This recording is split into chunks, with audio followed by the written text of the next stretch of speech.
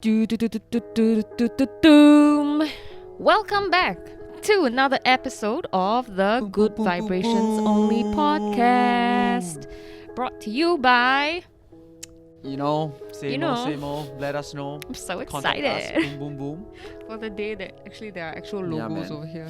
It could be you. Yeah, it could be you. Just drop us a DM or Let us email, know. Boom, we'll sing a jingle for you. Yeah, no Boom. worries. So this week is a special week. Yeah, what is it, FJ? It is our anniversary week for Loop Garms. How old do we Applause. turn? I think we are 4 years old. Crazy, eh? 2018 to now 2022. Wow. Oh, time flies, yeah. Time flies, eh? Time flies, Doesn't man. feel like 4 years to me. Honestly felt like 10. It feels fast. It feels fast, but when you look back, it's like, wow, Yeah. I've been through a lot. Yeah. I know what you mean. It feels fast, but when you look back, you're like, shit, only 4 years. Yeah. Correct. It does feel like it was way more than that. So anyway, in this episode, we thought we would bring it all the way back to where it first began. Bring it back to Loop Garms, talk about Loop Garms just a bit, here and there. So let's get the ball rolling. Yeah. I think in the beginning also, like you guys probably heard this like multiple times on like I guess different, be it like interviews or like even our podcast, of how we came about to start Loop Garms.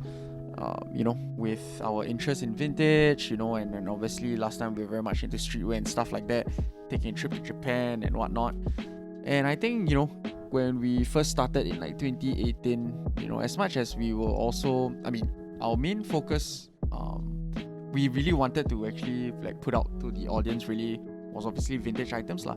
But at that point of time, because I think the scene wasn't that vibrant, at least locally, right? So we thought, we had to, diversify a little bit, like, have like little mix, little mix. Yeah. The thing is, so we had like vintage items, we also had like contemporary like streetwear, more like I guess like what I said, like modern brands as well, with in the store. Yeah. It is I think to sort of ease that transition, for the audience, it doesn't make sense, like So we brought in a lot of those modern streetwear as well. I think just to put some out there. We used to have like golf items. I remember those were quite popular as well. And I think some of the Guess striped shirts. I remember having those also. And we had a few Supremes here and there. Right. Too as well. I mean, some of them were older Supremes also. Sure. But like, we were quite liberal with that. Because we just really wanted to see what, people liked as well. Right. And whether we could position ourselves, as like a full-on like vintage store, by just only having like vintage items, vintage pop culture items over here lah. Yeah. So yeah. But I think slowly we realized that our calling, our interest, not that we didn't like, streetwear or anything, but our true calling was really in the stories, the history behind all the vintage pieces that we carry. There was a lot more storytelling involved, to be honest. Yes. And that was the part that we enjoyed sharing with customers. So I think slowly we moved away from being so diversified, and then we focused a lot on what we do today, as of now. Like pop culture vintage with storytelling, sharing with you guys about like the history and the background. So that's 4 years later. This is us 4 years later. But let's go back once again. Are there any items that we've sold before that you sort of regret selling, or like that you have fond memories of?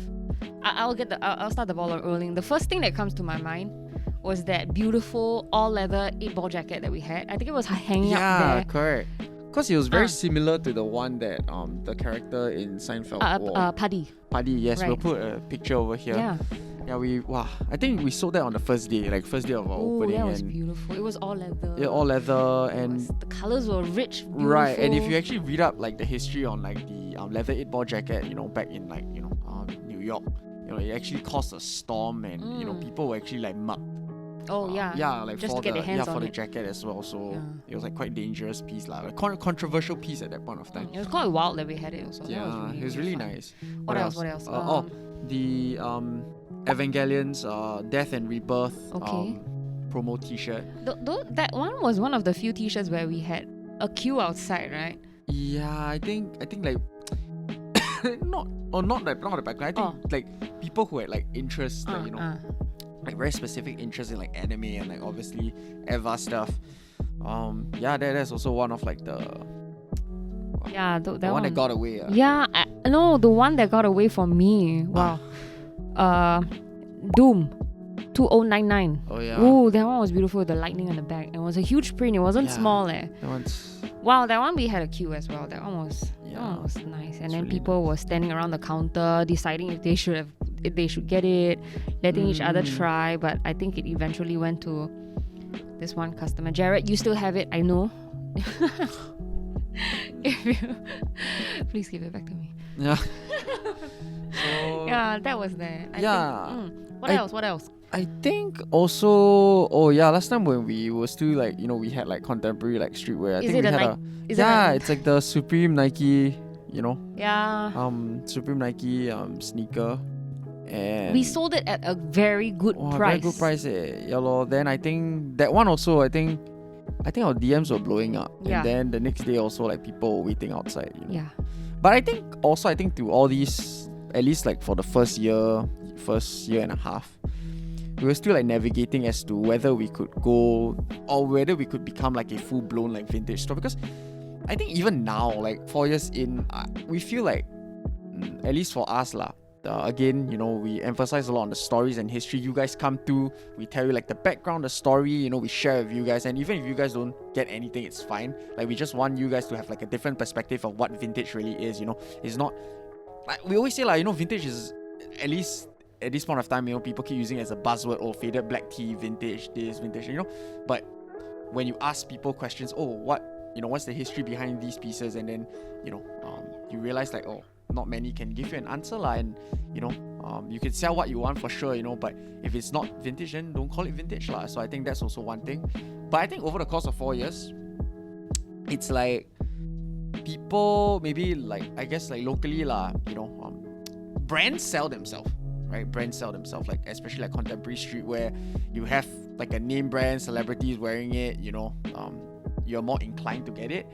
And I felt like, at least for us, the vintage pieces, these are hard to find. They're not in production anymore. And to be able to share something that is, I guess, quite it's just to share something that is very like, wow, it's like like rare, not rare, but unique, or it's hard to come by. It's like not in production anymore, so then to be able to share that with, along with like the stories and history behind the pieces, I felt like, at least to us call it like being more romantic about vintage and whatnot, but for us to be able to share these things, something that is not already, something that is not there anymore, means There's more something special about that it means more and it's not something that you go on the streets, people are like wearing it, and it's a moment in time in literally clothing form. I think that for us it means more so I think that's where we like really made our shift and from there on, it's always about like pop culture, vintage, stories and history. And but I think the 4 years, would you say how are people like receiving it? You think at least for like true like pop culture vintage with like stories and history? Right.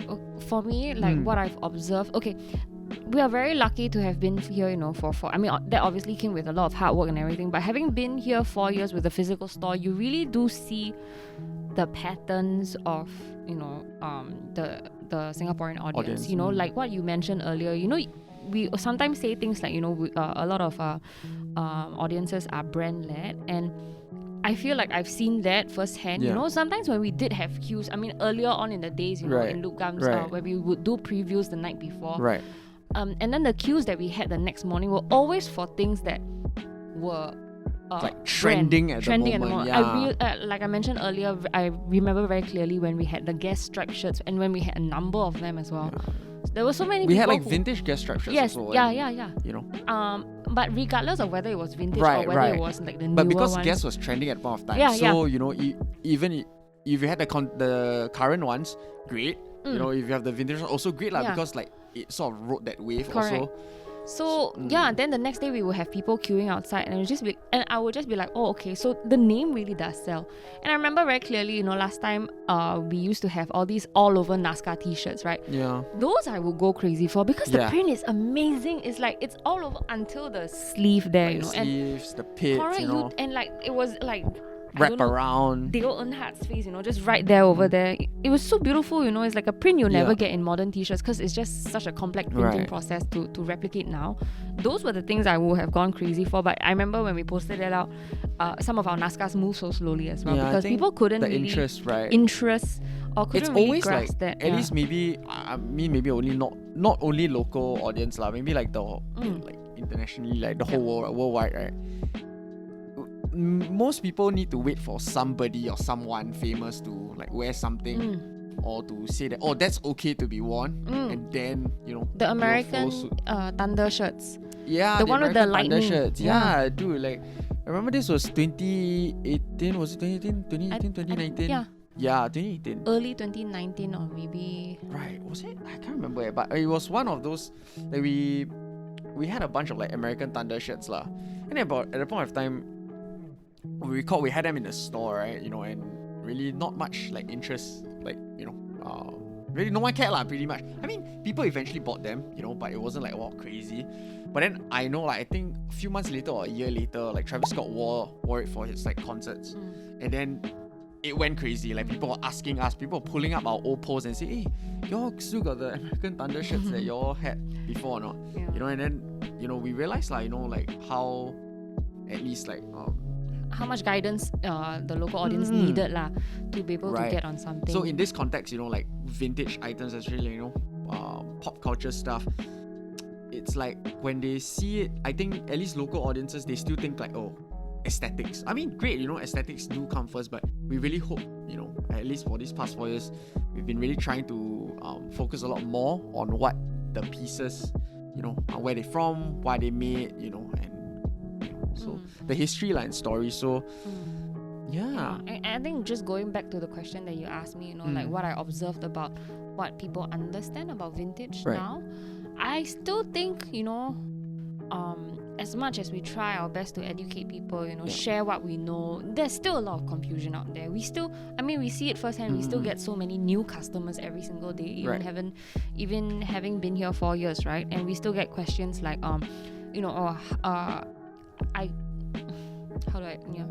just questions that are curious as to what we do over here and why we do what we do, and there's just so much more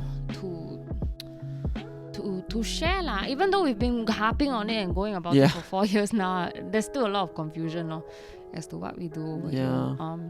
But that's part and parcel. I think also like, I mean, like we mentioned earlier just now, like brands do sell, and then I mean, we could like just try to bring in things that the market wants, at least back then, right? But then at least for us, it's like we're not that kind like we just make transactions, make a sale and everything. And like, don't get us wrong, like money is great, like money like helps you to grow something, like you are we want to grow like a culture and stuff like that. But for us, like it's not something that I don't know, I feel very empty like if it's not something that we really want to put out, So I think in that sense we were quite persistent, at least for Loop Garms, to only sell stuff that relates to like pop culture related, like vintage items. And as much as I think maybe in recent times, at least I personally feel maybe the interest of just general like vintage, in some sense it sort of like died down, kind of. Like at least for like, if you want to be like a full on like vintage store, it's kind of like difficult, right? And you see just like around, at least in the Singapore like market also, people are shifting to do more like outfit based stuff, and I think very very much so lah, because they know also for a fact that the Singapore market is already so small, and then the interest is not crazy as widespread widespread lah, and so but at least for us, I think what we want to try to do is also to be as consistent as possible, like at least on the Loop Garms front end, because we really do think it's still something that can be, cultivated in Singapore. Yeah, exactly. So, yeah, man, I mean, as much as it's different now, but we would still maintain the same, energy and like vibrations, of sharing stories and just with good vibes. I come here, it's like a museum, it's like a time capsule. So yeah, and hopefully one day this will be something that people will still remember us fondly. 100%. So I think right now what we want to do is we want to look through our Instagram feed on Loop Garms, because if you've been there since day one, you know that it was quite different in 2018. Yeah, dude, it's so different. Yeah, Vic's gonna pass me her phone. Oh, she already helped us scroll all the way back. Let's look at our very first post. Oh wow. 15 February 2018. Then we circled official opening on a 24th of February on a Saturday. Yeah. So yeah, we did like probably like a week beforehand. Did we no, so we only opened on the... This was after Chinese New Year. Yeah. Okay, so that was that. And then we tried to show a few previews. We had a bunch of like NASCAR t-shirts. This was beautiful. 2018. Yeah. Oh, that's nice. It's crazy. Wow. Good times though. Yeah, that's good times. I remember trying to lay this out. And then we had to... Yeah, man. That's crazy. Oh, the Atlanta stuff. That's nice. Stuff. Oh, do you remember when snap button track pants were very... Yeah. Very, very attractive. Huh? Attractive. You tried to make like, very like funny captions. Yeah, this was fun. Yeah, people but I think... I think if we look through... Oh, these were like a lot of the... Made in Japan. 2018. Very long ago. Yeah. I wanted to see the date stamps actually, because this is 24 February, 24 Feb. then 25th February, then 5th March. I think then after this it's like very not consistent really. Like I think 5th March, then after that June. it was June. Yeah, it's like 3 months later. Yeah, 3 months later we had our first sale. Yeah, but you see, like if you all scroll all the way to the back, right? Like I would say at least like the first year or so, we were very like inconsistent with our posts. We weren't like posting like very regularly on social media. We did a lot of like stories, but like when it comes to posts, right, I think we didn't really take the opportunity to showcase more items. I think that was one of our biggest regrets. Yeah, because like we really had a lot of like cooler stuff if you really came within like the first, I would say, like few months. Like we really had like cool stuff, and we didn't really like document like any of them lah. So that was quite a pity. Yeah. And also for the fact that at the point of time, it was only myself and FJ.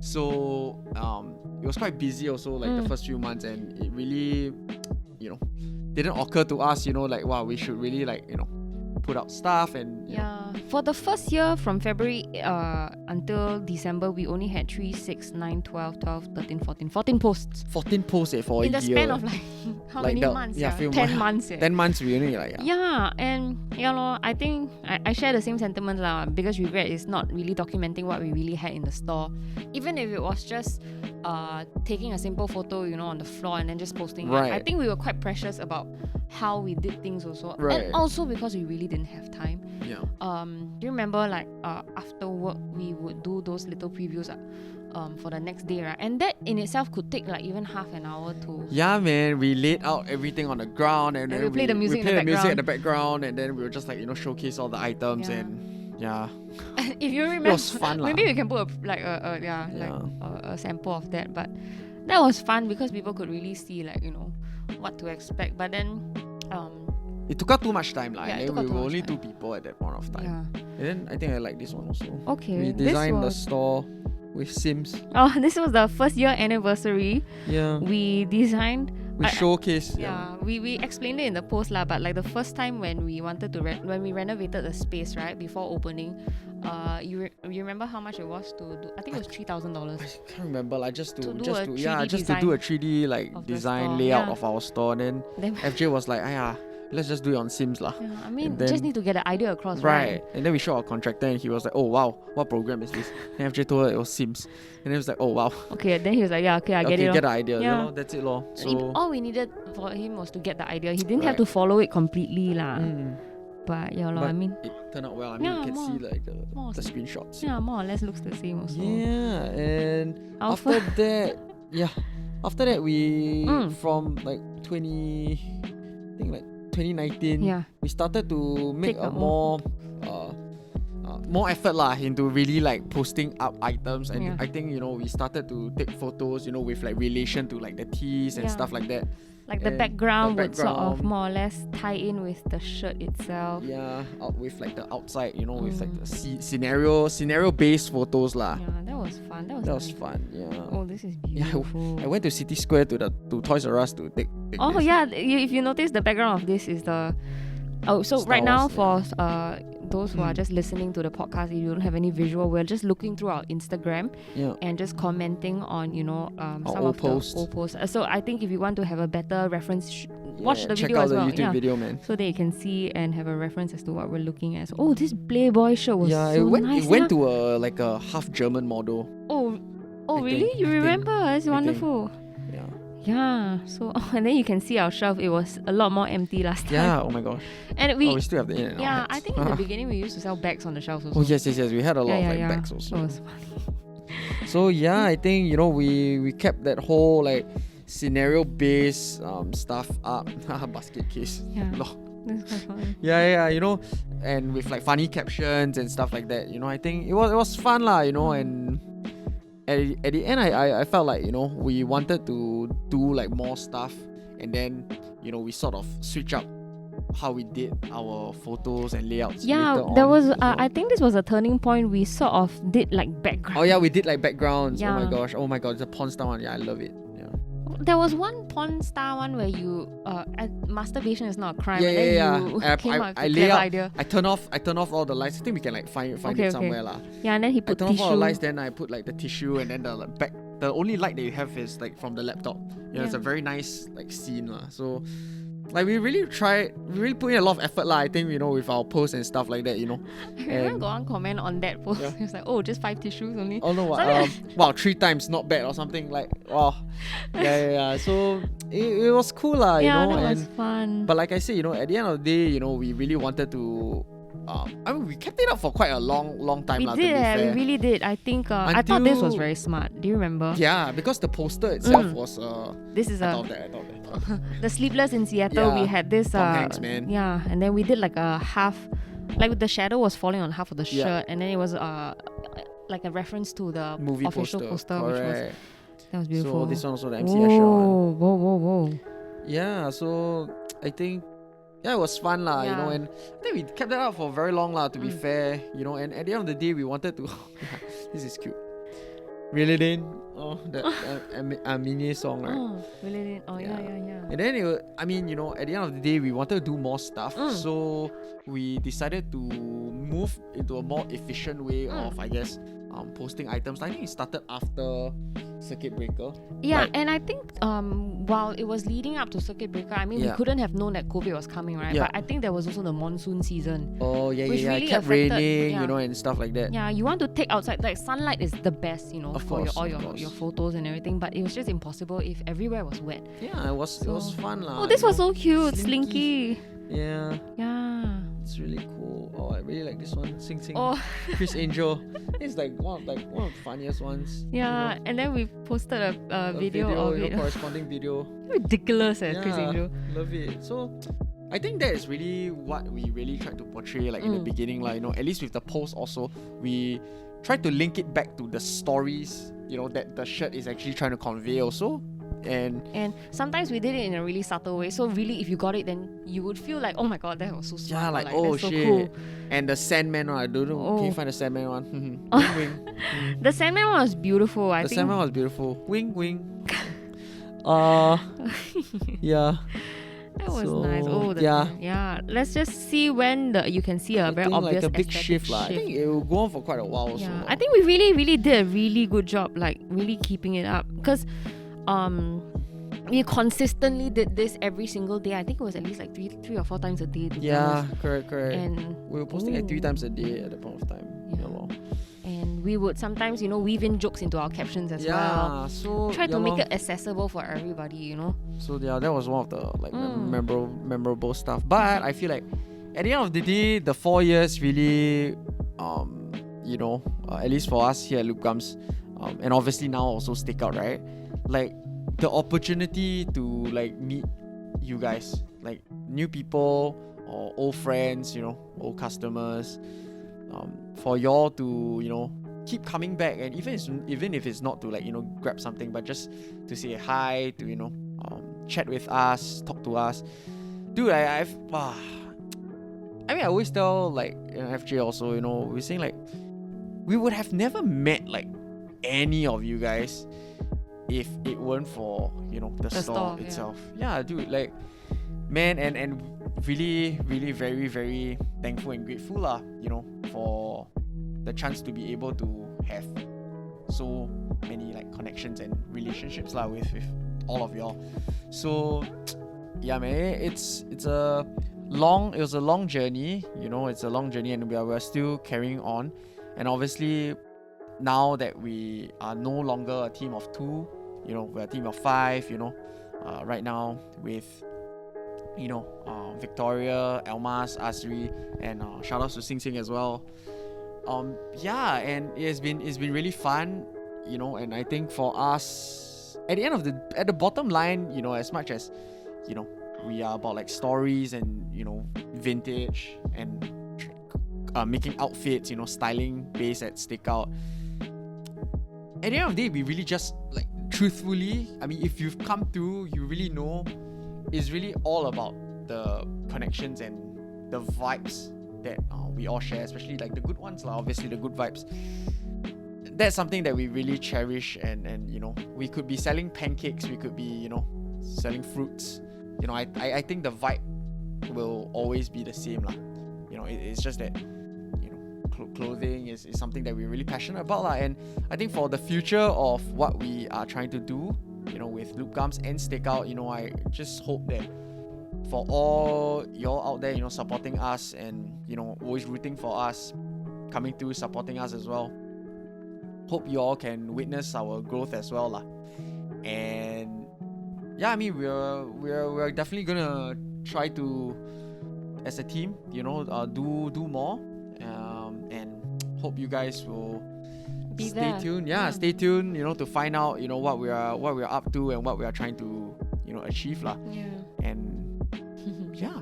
Yeah, actually I want to bring it back a little bit. Do you remember last time we used to do this thing? Oh my god. Wow, snap. I don't know if y'all remember. Oh my god. So, we like to take photos of customers at Loop Garms, right? And then at that point of time, can you tell us why? Oh. I think this is a story we've never heard before, but why? Yeah, so why did you do this at the back of the pictures? And then it just became a thing. After that, right? People will come in and be like, "Oh, is Isaac in today? I want to do that with him." And I'm like, "Whoa, what have we done?" No, okay. So in the beginning, right? Why this thing happened, right? Was it actually started out as a joke? Like, so let's say, we every time take pictures of customers right after they buy something. Yeah. So in the beginning, it was just me trying to photobomb them. Okay. And I think one of the early on like photos that how I actually photobomb was like you hold the. It was essentially like me doing like this like at the corner. It was just like this at the very corner. Yeah. And then after it, we thought it was just quite funny lah. And then we just kept doing it, and people started to actually. Got notice. People tell me before, I want Isaac to photobomb me. Like, or can we go behind and do it with Isaac? Yeah, that was really for a moment in time. Yeah. We made it into a shirt. Oh yeah, we made it into a shirt. Yeah. Oh my gosh. Yeah, so, that was quite. But yeah, it really started off as a joke lah, and it was really like photo bombing them, like, but now it became very intentional after that, which was fun lah, because people really saw it as something, and people will reply to our stories and say, "Isaac, not there today? Oh, Isaac's not in today because then I think after a while, because it was just the both of us, and then he needed to go and take photos and stuff like that. So I would use the Instagram feature of putting someone's photo at the back, right? So I used that and put Isaac at the back. Then it was a little faded. Then they're like, oh wait, he's not really there. So people were looking out for that post lah. So it's just incredible to see what we started. That was it was quite. And I think if I'm not wrong, the origin of this thing, right, that I actually did, if I'm not wrong, quite cringe, but it was actually Dean, the Korean R&B. No, because I remember. You're very brave for admitting it. I'm pretty sure it was. I think, there was a whole, dude, I still love Dean, right? But at that point of time, really, I think it was on Tumblr or something a few years back. I saw him. Vic, you have to find a photo. Dude, I remember he had one photo where he did this or something. So when we tried to photobomb that was the first thing I thought of at the back. I just did this. So it sort of became, and I'm pretty sure it's that lah. So shout outs one time to Dean, man. Yeah, man. Wow, 4 years on we actually finally talked about this. So I don't think we've ever talked about it openly before. So yeah lor. Because it was on one of our shirts as well. We don't have any of those shirts anymore. Yeah, man. But it was. Asri's wearing it today. Oh, is he? Yeah. Oh, hi Asri. He's wearing it today. Yeah. So that's pretty much in a nutshell, lor. I think the 4 years that. I mean, definitely there's more, but any more that you want to hear, about our 4 years and our journey and whatnot, just feel free to swing by and chat drop with us your fondest memory with us. Maybe it could be something that happened last month, or even if it was 4 years ago, something that you all remember. I think maybe at this point of time, we only say a lot of the good stuff or the fun stuff, or Oh, you want to get deep now? No, I mean, as in, there are definitely a lot of, I think FJ also mentioned, there's a lot of hard work this past 4 years, a lot of blood, sweat and tears, which maybe when you guys, come through the store, obviously, we always have that very, positive, demeanor and, vibe, which is true. I think that's us, but a lot of things, in the background, in the back end stuff, can get quite, stressful, also. So it's not easy. It really is not easy, and trying to do this every day, day in, day out, trying to build something.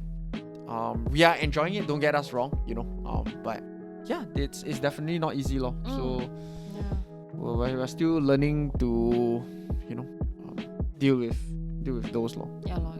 So I'm very happy. Yeah, man. Shout outs to FJ, man. Shout outs to Isaac one time. Yeah, so and shout outs obviously now, to the team as well. Yes. We love y'all, man. Boom. Thank you. All of y'all, even y'all listening, y'all watching, thank you, man. Thank you so much for being part of our 4 years and hopefully more. And I just hope to see you guys and to the next one. Happy birthday, Loop Garms. Who is coming next week? Week. Next podcast. Yeah. Our next episode. Yes. Who's coming on next week? Oh, there's a who? Oh, wait, there's more. Wait, what? You mean there's more? It's a Carl Samson. Whoa. Oh. Let us know who y'all want to us to invite. Then we'll do our best. Yes. We'll try. Even if it's Mr. Lee Sin Leong. If one day he don't want to be tough. We need to just cut back this part. Yeah, man. So boom. Shout out to Lee. Watch the Genius documentary. Oh, yeah. That was... It's great, man. Oh, yeah. Okay, why are we plugging that? Okay, but boom. Yeah. Maybe we interview Kanye West next time. Okay. Oh, yeah. Boom. It's good to dream. Take care. Bye-bye. Bye. See you next time. See you. Boom.